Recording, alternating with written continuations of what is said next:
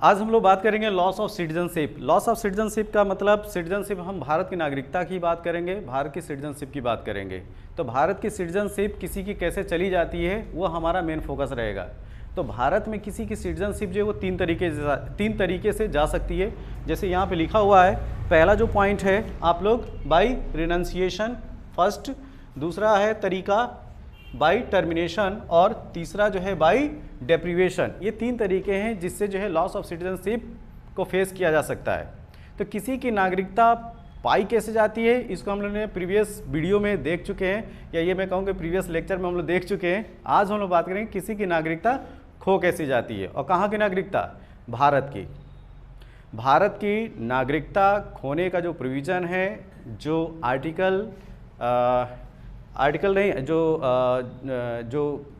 जो citizenship act है 1955 का, उसमें मेंशन है। तो उसके पॉइंट ऑफ व्यू से जो है वो तीन तरीके से लॉस ऑफ सिटीजनशिप की बात की जाती है, by renunciation, by termination and by deprivation. तो जो पहला पॉइंट है बाय रिनंसिएशन। रिनंसिएशन का मतलब क्या होता है? रिनंसिएशन का मतलब होता है त्याग देना, छोड़ देना। ठीक है। अब जैसे कोई ऐसा पर्सन है जो जानबूझ के जो है अपनी नागरिकता छोड़ना चाह रहा है, भारत की नागरिकता वो जानबूझ के होशो हवास में वॉलंटरीली अपनी इच्छा से, सेल्फ चेतना से जानबूझ कर अगर वो छोड़ना चाह रहा है तो वो छोड़ सकता है। बात समझ में आ रही है? वो छोड़ सकता है, लेकिन गद्दार टाइप का ना हो, बेवफा टाइप का ना हो।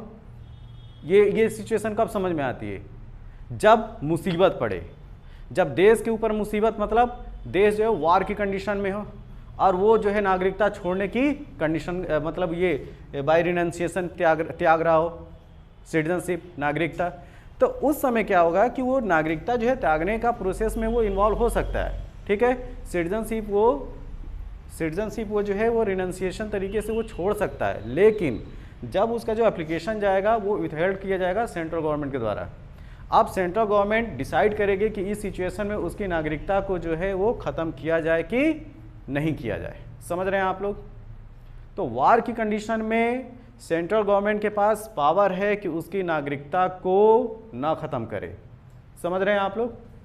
होता है ना, जैसे मान लें कि देश जो मुसीबत में, वार की कंडीशन में कुछ लोग जो है यहाँ की नागरिकता छोड़ना चाह रहे हैं, तो उसमें उस कंडीशन में जो अथॉरिटी होगी वो सेंट्रल गवर्नमेंट के पास होगी कि उसकी नागरिकता को त्यागा जाए कि ना त्यागा जाए। एक पॉइंट ये हो गया। ठीक है। दूसरा पॉइंट है बाय टर्मिनेशन। टर्मिनेशन का मतलब क्या होता है? हटा देना, ख़त्म कर देना। ठीक। अब जैसे मान लें कि टर्मिनेशन में क्या है कि कोई जानबूझ के जो है अगर दूसरे देश की नागरिकता ले रहा है। ठीक है। तो जब दूसरे देश की नागरिकता अगर कोई ले रहा है जानबूझ के होशो हवास में, तो उसको गवर्नमेंट ऑटोमेटिकली उसका सिटीजनशिप ख़त्म कर देगी। क्या इसमें टर्म क्या याद रखना है? ऑटोमेटिकली। ठीक। जैसे किसी ने जो है वो दूसरे देश की नागरिकता ले ली, तो इस तरीके से उसकी नागरिकता क्या हो जानी है? टर्मिनेट हो जानी है, ख़त्म हो जानी है। ठीक। तो अगर दूसरे देश की अगर वो नागरिकता ले रहा है तो होशो हवास में ही ले रहा है ना, तो एक कंडीशन ये हो गया है। लेकिन यहाँ पे फिर समझना है कि अगर वो वार की कंडीशन में दूसरे देश की अगर नागरिकता ले रहा है, समझ रहे हैं आप लोग? तो उस समय फिर डिसीजन किसके पास होगा? सेंट्रल गवर्नमेंट के पास होगा। बात समझ में आ रही है? अच्छा, दूसरी कंडीशन हम लोग समझ रहे हैं बाय डेप्रीवेशन।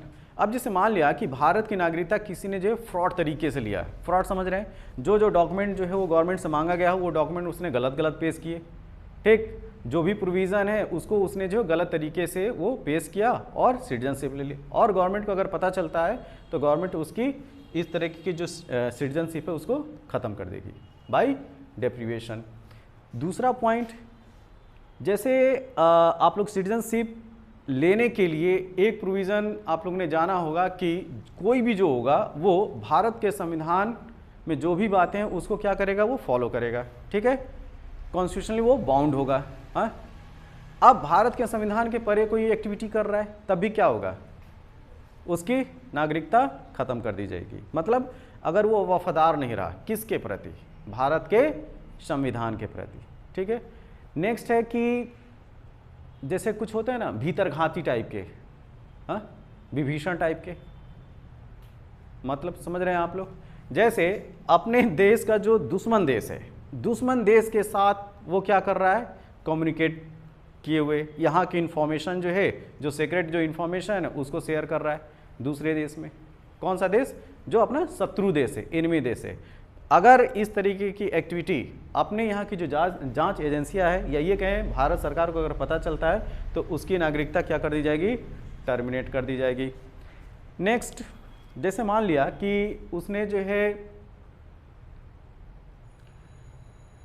नागरिकता, आप लोग जैसे जाने होंगे कि बाय बर्थ मिलती है नागरिकता, बाय डिसेंट मिलती है, रजिस्ट्रेशन मिलता है, नेचुरलाइजेशन मिलता है, या कोई टेरिटरी जो है वो अपने में इनकॉर्पोरेट हो जाए तब मिलती है। ये आपने कुछ टर्म पढ़े थे।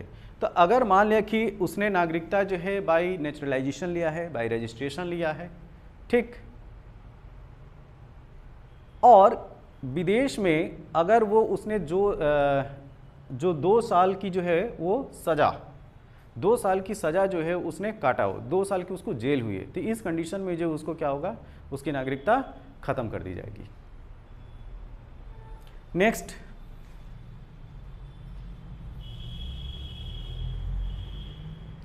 अगर कोई पर्सन अपना देश छोड़ के जो है बाहर 7 साल लगातार रह ले, कितना, 7 ईयर लगातार अगर रह लेता है, तब भी उसकी नागरिकता को इस तरीके से डिप्राइव कर दी जाएगी, उसको अपनी नागरिकता से हाथ धोना पड़ेगा।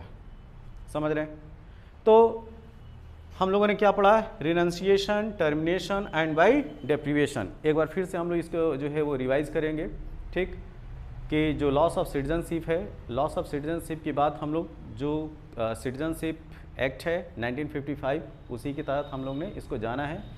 तो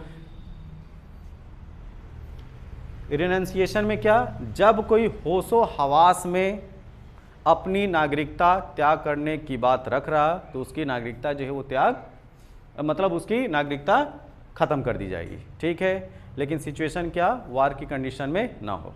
अच्छा, जैसे मान लें कि किसी ने जो होशो हवास में अपनी नागरिकता जो वो त्यागना चाह रहा है, ठीक, और हो सके उसका माइनर जो है बच्चा हो, ठीक है, मान लें कि उसका लड़का लड़की, तो उससे तो सहमति नहीं ली गई होगी ना, क्योंकि क्या है, माइनर है, और माइनर का यहाँ पे मतलब क्या समझना है, 18 साल से कम। क्या समझना है, 18 साल से कम। लेकिन अगर वो 18 साल की उम्र अटेन करता है और फिर वो चाहे कि मेरे को भारत की नागरिकता मिल जाए, तो उसको भारत की नागरिकता मिल सकती है, क्या, अगर वो चाहे तो।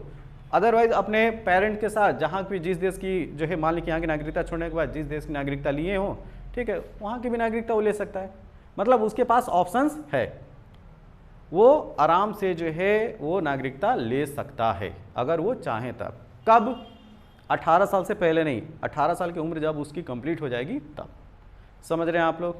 टर्मिनेशन में क्या, जब वो नोइंगली मतलब जानबूझ के दूसरे देश की जो है नागरिकता ले ले, तो उसकी नागरिकता क्या कर दी जाएगी, टर्मिनेट कर दी जाएगी। कंडीशन क्या है कि वार की सिचुएशन में ऐसा ना करे। वो वार की सिचुएशन में सेंट्रल अथॉरिटी जो है, सेंट्रल गवर्नमेंट सोचेगी, विचारेगी किसकी नागरिकता रखी जाए कि खत्म की जाए। बात समझ में आई। अब डेप्रीवेशन में हम लोगों ने 2-4 पॉइंट जो है वो कंसिडर किया था। पहला पॉइंट क्या था कि फ्रॉड तरीके से जो हो नागरिकता हासिल ना किया हो। दूसरा, अपना जो संविधान है, अपना जो कॉन्स्टिट्यूशन है, उसके अगेंस्ट एक्टिविटी या उसके तरफ डिसलॉयल्टी ना शो किया हो, ठीक है। तो मतलब जो भी काम करे वो संविधान संगत काम करे, ठीक है।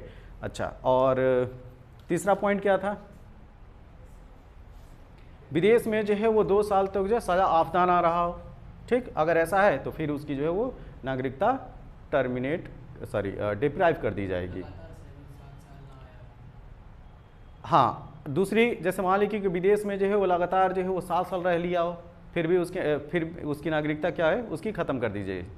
जैसे मान लीजिए कि कोई अमेरिका में सेटल मतलब कि रेजिडेंट है वहाँ का, या जो भी है, नागरिकता नहीं कि मैं बात कर रहा हूँ कि वहाँ की नागरिकता वो लिया है।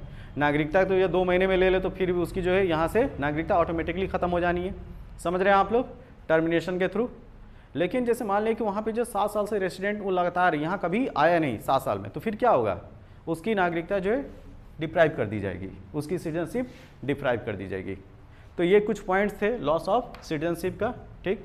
By renunciation, by termination and by deprivation. ठीक है, ओके, थैंक यू।